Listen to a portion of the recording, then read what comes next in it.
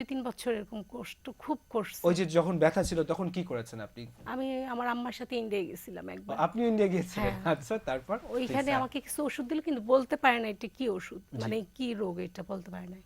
তারপর আচ্ছা, ওইখান থেকে আবার এখানে আসলাম। ইন্ডিয়া কয়বার গেছেন? আমি 2-3 বার গেছি আম্মার সাথে। আচ্ছা, তারপর ওখানেও ধরতে পারেনি ওরা না, কি না। রোগ? তারপর বাংলাদেশে আসলেন? আসার পরে আমার এক ভাবি আমাকে নিয়ে আসলো এই পিজি হসপিটাল, মানে বঙ্গবন্ধু জি, হসপিটালে জি, নিয়ে আসলো। এখানে আনার পরে আমি এখানে কিছু টেস্ট করালাম, করার পর আমাকে ধরা পড়লো যে এই রোগটা। জি। এই রোগ ধরা পড়ার পর কি আপনার সেই আগের ব্যথার ওষুধই দিয়েছে নাকি আর কিছু না, না, দিয়েছে? আমাকে কোনো, মানে এখানে শুধু রিকোনিল একটা ট্যাবলেট দেওয়া হয়েছিল, আর আমার থাইরয়েডের সমস্যা তো জি। ওটার জন্য ওষুধ, আর অন্য কোনো ওষুধ না। দেওয়ার পর এখন কেমন আমি আছেন অনেক আপনি? সুস্থ। কতদিন থেকে আপনি সুস্থ আছেন? আমি 5 বছর এরকম। ৫ বছর থেকে ওষুধ খাচ্ছেন এবং সুস্থ হ্যাঁ, আছেন। আপনার কি সে আগের ব্যথাগুলো একবারও হয়নি ব্যথা বা নাই হয় না? কিন্তু মাঝে মাঝে আমি ওষুধ অফ করে দিলে তখন অসুস্থ অফ থাকি। করেন কেন আপনি ওষুধ? কিন্তু এটা মাঝে মাঝে হয়ে যায় অফ। উনি অফ করেন, এটা কি ঠিক? উনি অফ করেন। উনি একটা সময় কিন্তু খুব খারাপ সময় পার করেছেন। আচ্ছা, উনি আমাদের আন্ডারে ভর্তিও ছিলেন জি। এবং অফ করে আসলে হয় কি দিনের পর দিন একেবারে এইভাবে ওষুধ খাওয়া আমার মনে হয় আমাকে নিজেকে দিলে তো আমি পারবো না। আপনি যদিও কিন্তু আমি সব পেশেন্টদেরকে সুযোগ করে দিচ্ছেন। সুযোগ করে দিচ্ছি না, এটা আমি সহানুভূতি প্রকাশ করতেছি, যেটা নিরেট বাস্তবতা, যেটা সত্য। তবে পরামর্শ হলো এসিলি রোগের রোগীদের আসলে আমাদের পরামর্শ ছাড়া ওষুধ বন্ধ করা কখনোই ঠিক না। তার কারণ হলো কোহিনূর কিন্তু প্রমাণ, উনি এটা ভুলে যান। উনি আবার শোনেন, যখন একটু কষ্ট পান তখন ঠিকমতো ওষুধ খান, আবার যখন ভালো থাকেন তখন উনি বন্ধ করেন। তো আমি বলবো যে আপনারা বাতের রোগীদেরকে কাছে আমার অনুরোধ যে আপনারা পরামর্শের বাইরে ওষুধ খাবেন না, এবং ওষুধ যদি চালায় যেতে বলা হয় যেভাবে, ওটা বন্ধ করবেন না। আচ্ছা, আমাদের সময় শেষ হয়ে যাচ্ছে। আমরা নাকিব ভাই আপনার কাছে কিছু প্রশ্ন রাখবো। সেটি হচ্ছে, আপনি বিদেশে একটি বিখ্যাত হাসপাতালে কর্মরত রয়েছেন, জনস হপকিন্স, পৃথিবী বিখ্যাত একটি হাসপাতাল। আপনি সেই হাসপাতালের অভিজ্ঞতা থেকে আমাদেরকে বলবেন যে আমাদের চিকিৎসা ব্যবস্থার মধ্যে কিংবা চিকিৎসক রোগীর সম্পর্কের মধ্যে আর কি কি ভালো দিক নিয়ে আসা যায়? খুব সংক্ষেপে বলি, যেহেতু জি। অনুষ্ঠান প্রায় শেষের পর্যায়ে। আম, হাসপাতালটা উন্নত দেশেই হোক বা একটা ডেভেলপিং কান্ট্রি, যে কোনো দেশেই হোক না কেন, আমি যদিও গবেষণার সাথে জড়িত, কিন্তু আমি যেটা লক্ষ্য করেছি যে চিকিৎসার একটা মূল বিষয় যেটা হচ্ছে যে মানুষের সাথে ইন্টারাকশন, ডক্টর পেশেন্টস রিলেশনশিপ। এবং সেক্ষেত্রে ওই যে আমাদের এককালের যে এটা ছিল, টেন্ডেন্সি যেটা ছিল যে চিকিৎসক খুব গম্ভীর হবেন, কি আছে এরকম খুব গম্ভীরভাবে কথা বলবেন, ওই জিনিসটা আর নাই। ওটা এখন পৃথিবী এখন বদলে গিয়েছে।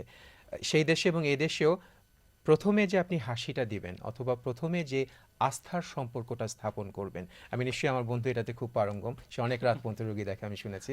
তো এই যে ব্যাপারটা, এটা সেই দেশেও যেমন কমন একটা ব্যাপার চলে এসছে। কারণ রোগী যারা, তারা যে কোনো এখন হাসপাতালে যেতে পারেন। তা আমাদের বাইং ক্যাপাসিটি বেড়েছে, আমাদের হাতে টাকা আছে। আমরা দুজনের কাছেই শুনলাম তারা ভারতে প্রথমে গিয়েছেন। তো এই জিনিসগুলো কিন্তু তারা ফেরত এসেছেন এবং কোনো কারণে তারা আস্থা পেয়েছেন এখানে। তো এই যে ব্যাপারটা, উন্নত দেশেও এই জিনিসটা আছে। আর আরেকটা জিনিস যেটা আমি ওষুধের কথা বললাম, যত্রতত্র যখন তখন ওষুধের ব্যবহার একদম নিষিদ্ধ। এইটা যদি কোনোভাবে সরকার দৃষ্টি দেয়। আচ্ছা, নাকি আমি একটু, আমার যেহেতু সময় শেষ, গবেষণার ব্যাপারে আমি কিছু কথা বলতে চাই। দর্শক, বিদেশের চিকিৎসার একটা বড় বৈশিষ্ট্য হচ্ছে এখানে যারাই চিকিৎসক যান বাংলাদেশ থেকে, তারাই কোনো না কোনোভাবে গবেষণার সাথে জড়িত থাকেন। গবেষণা বিদেশে এবং বাংলাদেশে। আপনি একটু বিদেশটা বলুন, তারপর বাংলাদেশ শুনে নিই আমরা। বিদেশে তো আলাদা ফান্ডই থাকে গবেষণার জন্য, এবং আমি মূলত গবেষণাই করছি বিভিন্ন বিষয়ে। আপনাদের নিজস্ব যদি কোনো আইডিয়া থাকে, সেই আইডিয়াটা লিখিত আকারে উপস্থাপন করলে দরকার কি এত গবেষণা করার? অবশ্যই দরকার আছে, না হলে চিকিৎসার নতুন নতুন অ্যাডভান্স আসবে কিভাবে? এখন যেমন বলা হচ্ছে যে এসএলই আসলে তেমন কোনো ওষুধ নাই। গবেষণার মাধ্যমে গত বছর প্রথম 50 বছরের মধ্যে প্রথম এসএলইর জন্য সুনির্দিষ্ট একটা ওষুধ আবিষ্কার হয়েছে, এবং আমেরিকাতে সেটা মার্কেট এসেছে, একটা কোম্পানি মার্কেট করেছে। আমি সেই সময় জড়িত সেটা ছিলাম। সেই গবেষণারই ফসল। সেটা সেই দীর্ঘ 20-25 বছর আপনারা কি গবেষণার ফসল। গবেষণা করছেন? হ্যাঁ, অবশ্যই আমরা গবেষণা করছি। আমাদের পাবলিকেশনস আছে, ক্লিনিক্যাল রিমাটোলজি সহ বিশ্বের নামকরা জার্নালে আমাদের পাবলিকেশনস আছে আমাদের রোগীদের সম্পর্কে। গবেষণা লাগবেই, গবেষণাবিহীন প্রতিদিন কিন্তু পরিবর্তন হচ্ছে, সব কিছুরই পরিবর্তন হচ্ছে। সো মানুষ কিন্তু বাংলাদেশে মানসম্মত গবেষণার জন্য কি প্রয়োজন?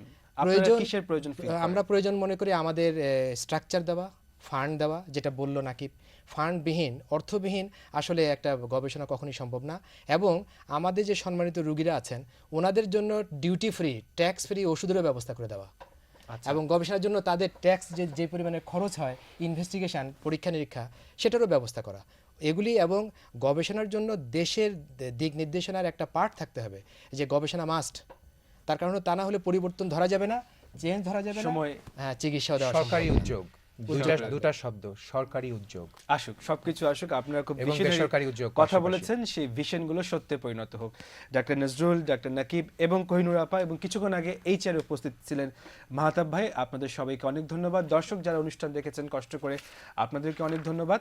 আমাদের বাতের ব্যথা কিংবা বাতজনিত রোগ ব্যাধি যদি প্রিভেন্ট করতে হয়, তাহলে ওজন কমাতে হবে, আরও বেশি বেশি করে আমাদের শারীরিক অ্যাক্টিভিটি, ফিজিক্যাল অ্যাক্টিভিটি বা শারীরিক পরিশ্রমের মধ্যে দিয়ে থাকতে হবে, ভেজাল খাবার থেকে, ভেজাল এনভায়রনমেন্ট থেকে দূরে থাকতে হবে। এবং সেই সাথে বাংলাদেশে বাতজনিত রোগ ব্যাধি উন্নয়নের জন্য চাই যেমন সুন্দর চিকিৎসা, সেই সাথে সুনির্দিষ্ট গবেষণা। এই আবেদন সরকারের কাছে রেখে আমরা শেষ করছি আজকের অনুষ্ঠান। সবাইকে ধন্যবাদ।